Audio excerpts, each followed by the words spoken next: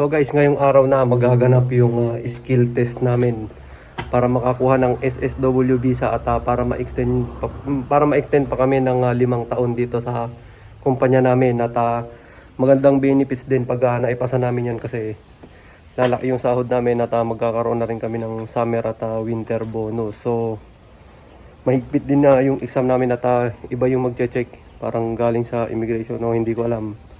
Hindi yung mga boss namin dito ang magche-check. Ang pupunta lang dito yung sa agency namin dito sa Japan.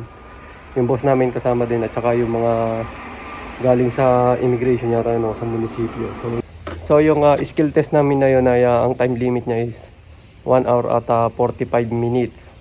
So gas cutting siya, drilling, tsaka may welding din. At andun yung drawing. So kung napanood nyo yung previous video ko nung nagpa-practice ako, yun. So sana makapasa at ang ganda rin ng offer ng boss namin sa amin pag naging SSW visa kami. So hindi ko na makukuha na ng video yung actual exam at ipapakita ko na lang yung highlight nung pagpa-practice namin at sana makapasa din.